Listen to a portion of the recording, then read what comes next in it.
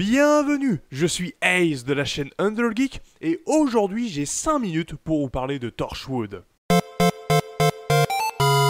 Torchwood est une série britannique créée par Russell T Davies et diffusée pour la première fois sur la chaîne anglaise BBC 3 en octobre 2006. Série dérivée de Doctor Who, elle dépeint les aventures de la cellule d'investigation Torchwood 3 à Cardiff, dont le but est de surveiller une faille spatio-temporelle ouverte suite aux événements de la saison 1 du Revival de 2005, qui amène des créatures et objets extraterrestres. La série commence après les événements de la saison 2 de Doctor Who, et l'équipe est constituée de 5 membres. Le capitaine Jack Harkness, ancien compagnon du 9e Docteur, venant du 51e siècle, qui est devenu immortel suite aux événements de la saison 1 de Doctor Who. Il est membre de Torchwood depuis la fin du 19e siècle et recherche activement le Docteur pour l'aider à guérir de son immortalité. Jack Harkness n'étant au passage pas sa véritable identité, mais un nom d'emprunt volé à un capitaine de la Royal Air Force de la Seconde Guerre mondiale. Il y a également le Docteur Owen Harper, médecin cynique de l'équipe, Toshiko Sato, dit Tosh, scientifique d'origine japonaise, Yanto Jones, l'homme à tout faire venant à l'origine de Torchwood 1 à Londres et amant de Jack Harkness dans la saison 2 et 3, et pour terminer Gwen Cooper, policière à Cardiff, ayant découvert Torchwood dans le pilote, faisant d'office de personnage témoin pour le spectateur, et qui finit par rejoindre l'équipe suite au suicide d'une ancienne membre de l'équipe, Suzy Costello.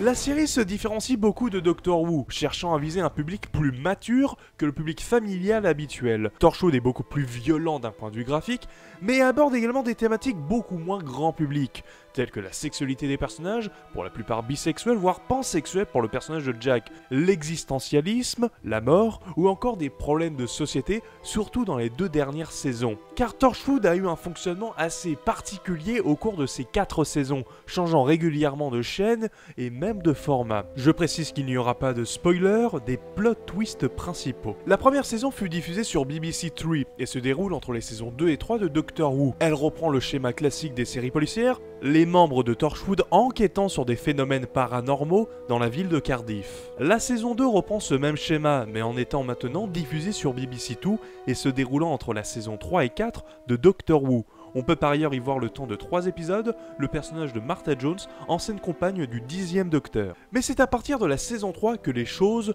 vont se compliquer. Diffusée sur BBC One, la saison 3 est une mini-série de 5 épisodes, diffusée en juillet 2009 entre la saison 4 et 5 de Doctor Who. Intitulée Les Enfants de la Terre, elle y raconte l'arrivée d'extraterrestres sur Terre nommés les 456, qui souhaite 10% des enfants de la Terre où elle sera détruite. Un scénario beaucoup plus viscéral que les 2 précédentes saisons. La saison 4 quant à elle est une coproduction avec la chaîne American Stars et se prénomme Le Jour du Miracle.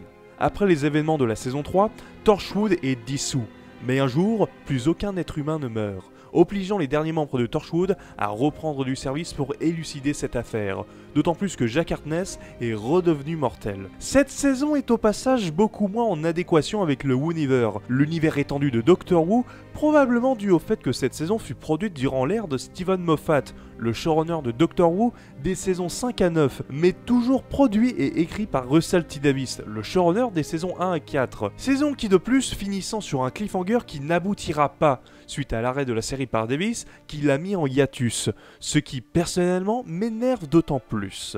Bref, Torchwood est une excellente série des années 2000 que je vous recommande de voir si vous avez plus de 15 ans et d'autant plus si vous êtes de base un fan de Doctor Who. Si la 4e saison est dispensable sans être mauvaise, les 3 premières sont-elles de très bonne qualité tout en faisant ce que tout spin-off ou série dérivée doit faire, à savoir être différent du produit d'origine. En tout cas, si cette vidéo vous a plu, n'hésitez pas à vous abonner et à écrire un commentaire, et on se retrouve pour une prochaine vidéo. Ciao!